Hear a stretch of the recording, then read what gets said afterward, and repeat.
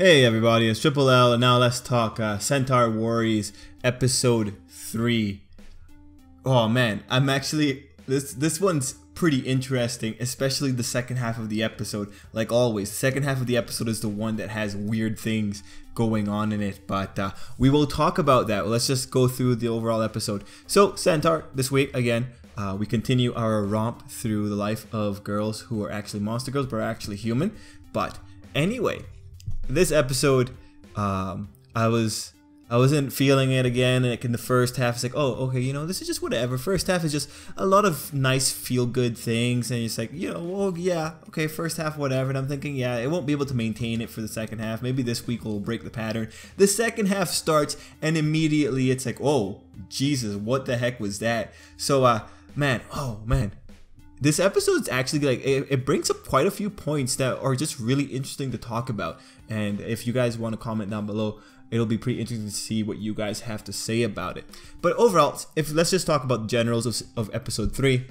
If you look at the episode, it has a common theme across both halves. It really seems to be an episode centered around the kids, Hime in the first half, and then specifically Mitama or Tama in the second and first halves to a degree. It's ultimately all about family. That is the prevalent theme for this episode. And you know, the first half just gives us a lot of nice little feel-good moments, and it teaches us a few things that I found very interesting, specifically about logistics and couples. So I think, you know, the centaurs, you know, I've never thought it would be adorable to see a tiny centaur running away from a horde of kitten girls. It was so cute and adorable, and like that's really what that first half is about. It's about cuteness. You know, like the first half also has like the slice of life thing of little girls learning about more complex feelings when you're older and all that, and it's like, okay, you know what, that's adorable. That's adorable in its own way. Like they're using kisses and they're just explaining the logistics of kisses. You know, overall, very adorable. But then, you know, in that first half, there's other little things like finding out, like, yeah, you know, there can be relationships that will produce offsprings where the parents are not of the same variety of human, and the offspring will either come out as one species or the other, or they will hybridize. And we see that with Mitama's littlest sister, who has angel wings but then has the beast folk like ears. I thought that was really interesting. Another interesting logistical thing that popped up in the first half was we got to see a centaur driving a car. I've always wondered, how does it look for a centaur to drive a car? And now we see. So, you know, the first half continues its thing of just elaborating on some logistics. They do it in the background, but it's not that important. Now the second half, oh man, like the second half always has one thing that is fundamentally disturbing, and then one thing that is just a very interesting topic. And you know, I went into the comments, and surely enough, people are saying like they weren't really sure about that interesting topic. Like the opinions are polarized, and it's like, well, now this is an interesting discussion. But let's begin with the thing that the second half started off with that was absolutely disturbing. So the thing with the second half is that we get to see a kids show. We get to see a magical girl show. I thought, oh, it's just gonna be like a nice little thing that's on the side. Like maybe it's like a nice little like side story, just like, you know, transition us between the halves. And then we get into it, and then the word choice that I saw as that little second half is going, I realized very quickly, no, this is a show within the Centaur world. This is pretty messed up.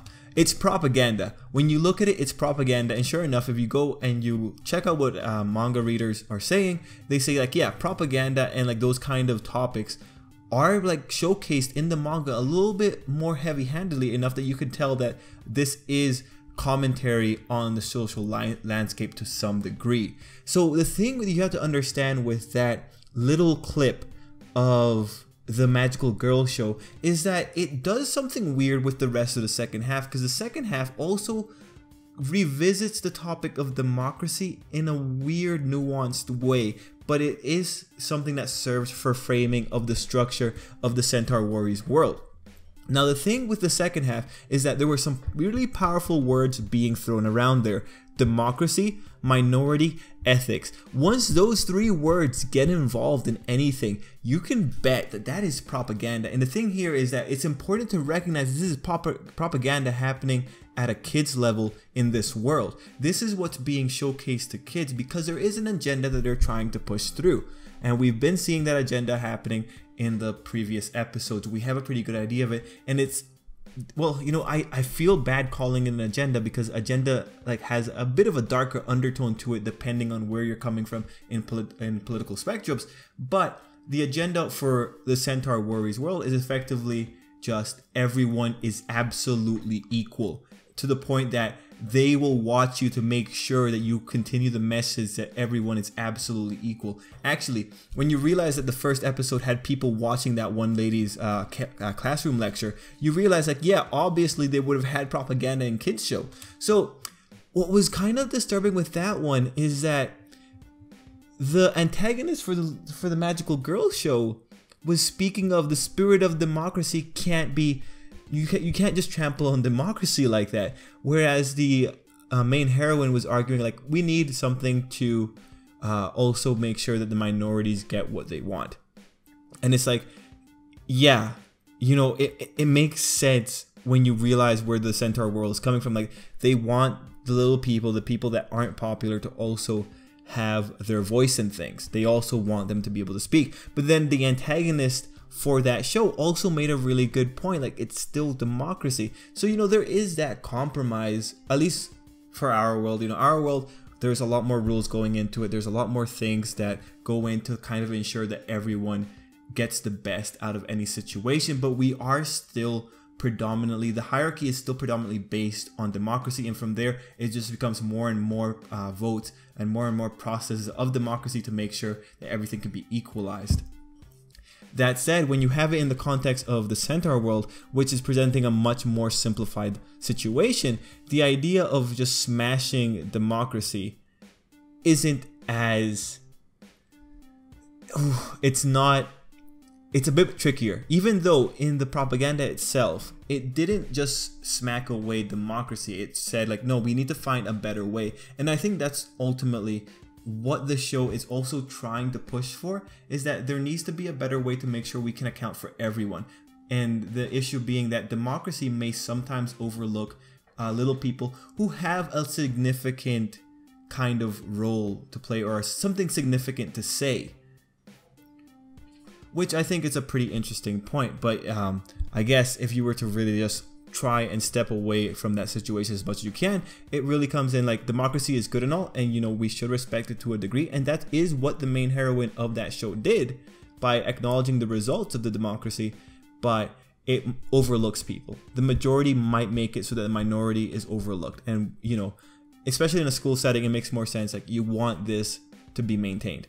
That said, the most important thing is that the propaganda is heavy in a kids show. That is extremely important for the world building of Centaur No Worries, and it's something that is prevalent throughout the entire show. That said, I think that was a pretty nice way to start that second half. Now, the second half is revolving around Mitama and her sisters and what she prioritizes in her life. And this leads into like the next big point. When Mitama goes and has her little meeting with her, I shouldn't call it little meeting, the student council. And people would say, well, what Mitama did was selfish. And it's like, yeah, to a degree. And she points out her case for why she did it. And now this is a pretty interesting topic because there's a lot of different factors and drives that go into someone making these type of decisions. But one thing that must be absolutely acknowledged as well is that when Mitama did that, she did say, these people went in that room as a group, they all decided like, yeah guys, if we can't come to a proper decision by this deadline, we just have to make a vote. And I think that's absolutely responsible. If you can't make a decision, you have to make a vote, especially for when you're in school. All right, you have to be able to like manage your time. You can't let one thing just snowball out of control just because some people are unhappy. And so with this one, you know, you had a situation where two students presented two alternative looks as to how to oppose Mitama's initial viewpoint. Like, guys, we hit the deadline, we're stopping right there. And the first point was, oh, come on, this is school. Like, you know, people just, this is what it means to be young. We have to have these arguments. We have to come to understand each other, you know, and we have to do that. And it's like, the second person was, you can't just do that in the working world. You know, people go off and they have to just work all day for their kids. And it's like, yes, that is true. But both of those arguments are I guess not acknowledging a few factors. And, you know, it would be interesting to like break them down and try to dissuade them. But let's like try to be non-emotional here. For the first argument, you know, at this point, because these arguments are kind of arguments that people have, or a lot of people have encountered, everyone has a different answer to it. So me about to talk about this and my opinion on it is not going to be the same opinion that someone else is going to have. So if you don't like that particular opinion that I'm about to share, you know, I'm sorry, I just can't afford to discuss it to the degree that it needs to be discussed. But anyway, let's get into it. So the first argument regarding school spirit and just, you know, being a student and all that. Okay, yeah, that's cool. But that particular argument overlooks the fact that someone might have more important responsibilities. And it overlooks the fact of what a student is expected to, I guess, commit towards any particular thing. There's nothing saying that those kids have to be in that school past 5. That's something that they do voluntarily. And if people come together and they decide, hey, this is what we're gonna do, we all agreed, if this decision isn't made by this time, we're getting out of here. And that's a pretty good way to make sure that a conversation or a debate doesn't go on forever and become nothing. This is just getting things done. And you know, that degree of pragmatism has its place. But again, they're saying be lenient because we're kids and we want to have fun with this. It's like, no, you guys made a decision. We are going to stick to that decision and I'm going to take advantage of that. And people are going to say, you know, she abuses her power. But no, like some companies will have that regulation. Like this is the deadline. There's no talking past this deadline. Of course, they're in school, so you could also argue, well, you know, be cooler about it. But no, because not everyone has the priority of I go home and do nothing else. Now, the second girl made the argument that parents will spend time outside of the house to take care of their kids, and that she said that Mitama will not get a job in the future based on that behavior. That argument is flawed from the moment that she brings the future, because you're assuming that the person that's standing in front of you today is not going to be, or sorry, is going to be the same person that's going to be standing in a different situation like 10 years from now. That's not how that works. If you look at Mitama's particular situation, she's already in a situation where a parent is working all day to go support the girls, and we had that illustrated at the beginning of the episode. So the problem with that particular argument is just it's a temporal displacement, and it's not a really fair argument because you're making a gamble on how this person is potentially going to behave in the future. Although you could counter it with saying, well, right now Mitama said that family is first for her. But then you're making the assumption that she's never going to change her mind, or she's never going to be in a situation that forces her to change her mind. What's important to realize in that situation, again, is that they're already in a situation where there is a parent who's working all day to provide for the girls. She has to be the caregiver, because even in a situation where you're going to be out in the world, you're going to be in a spot where you might be able to get someone else to take care of your kids. And the poor girl has 4 sisters. She's the only one that can take care of them at that point in time. So this was a very interesting kind of mix up with priorities. And ultimately, both arguments that were presented, I think, are sound, but they don't fully look at the whole situation. That said, Mitama's argument as well sounds exceedingly naive. It sounds extremely idealistic. But the thing is, she could potentially pull it off. All she needs to do is find the right job in the right situation that allows her to pull it off. So ultimately, her argument is valid until she is at an actual point where it falls apart, where her way of doing things leads to the disaster of their family. Because again, for Mitama, her victory is pretty much taking care of her family. As long as she can get that victory, her methodology of going around and saying it's family first will always be correct, at least until she cannot get the victory. Everyone else might judge it as not being a victory, but that's because them and Mitama might not have the same goal or the same definition of what the victory is to them. Now overall, you know, those are some you know, that second half is like really interesting, really interesting. And aside from that, we had other little things happening, like the girls having fun at home, and then we have the confirmation that there was a ghost around. That was terrifying. I did not actually think they would say like, yeah, no, that ghost was real. And it's just interesting how the characters just kind of like hand wave it away, just saying it's a nice ghost, and everyone's just hanky-dory. It's like, wait, really? That's kind of creepy, man. Like, Jesus. Anyway, overall, Centaur Worries, I really like that second half.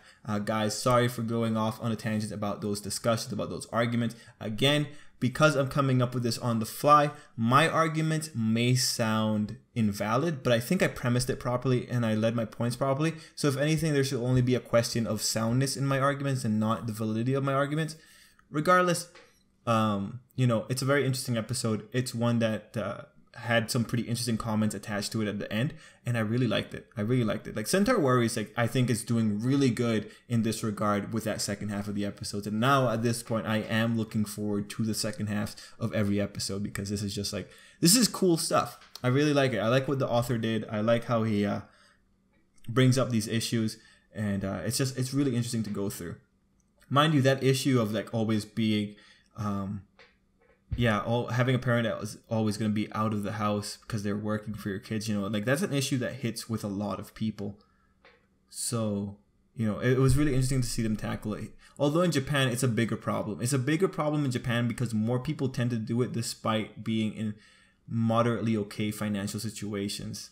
I'm only like, you know what? I won't talk about my personal life. Not the place. Anyway, guys, thanks for watching. Till next time, I hope you have a great day.